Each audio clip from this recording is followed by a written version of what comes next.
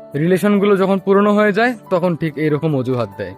আজকে ফোনে চার্জ নাই, ফোনটা সমস্যা দিচ্ছে, পরে কথা বলবো, চার্জ হলে কথা বলবো। আজকে অনেক ঘুম পাইছে, যান আজকে ঘুমাই প্লিজ, কালকে কথা বলি।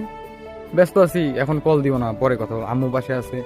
আরে বাসায় মেহমান আসছে, ফোনটা হাতেই নিতে পারতেছি না। ও আরে মানে ডাটা অন ছিল তো, ঘুমাই পড়ছিলাম, ওই জন্য হয়তো অনলাইনে দেখাইছে।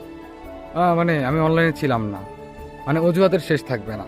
অসুস্থ, মেডিকেলে যাচ্ছি, এখানে যাচ্ছি, সেখানে যাচ্ছি। মানে এক কথায় বলা গেলে আপনার সাথে যেন বেশি কথা বলতে না হয়, এইরকম। মানে আস্তে আস্তে দূরত্ব বাড়াবে যখন রিলেশন মানে একটু পুরনো হয়, বুঝছেন? প্রথম প্রথম তো অনেক কিছু, সেকেন্ডে সেকেন্ডে মেসেজ, খাইছো কি না, না খাইলে শরীর খারাপ করবে, হ্যান ত্যান, হাবি জাবি বহুত কিছু। কিন্তু যখন পুরনো হয় তখন মানে ও যে আপনাকে সময় দেয় না, আপনি যদি বলেন যে তুমি আমাকে এখন সময় দিচ্ছ না কেন, তখন সে এটা মানতেই চাইবে না। এরা এটাই বুঝাবে বারবার যে আপনি তাকে ইগনোর করতেছেন, মানে বারবার সে এটাই বুঝাবে যে আপনি তাকে ইগনোর করেন। সে কখনোই বলবে না যে সে আপনাকে ইগনোর করতেছে।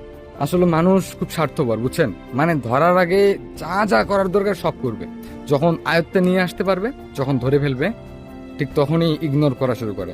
আবার আস্তে আস্তে হঠাৎ করে একদিন বলে ফেলে, দেখো তোমার সঙ্গে আমার রিলেশন করা মানে সম্ভব হয়ে উঠতেছে না, কন্টিনিউ করা সম্ভব হচ্ছে না, আমার ব্রেকআপ চাই।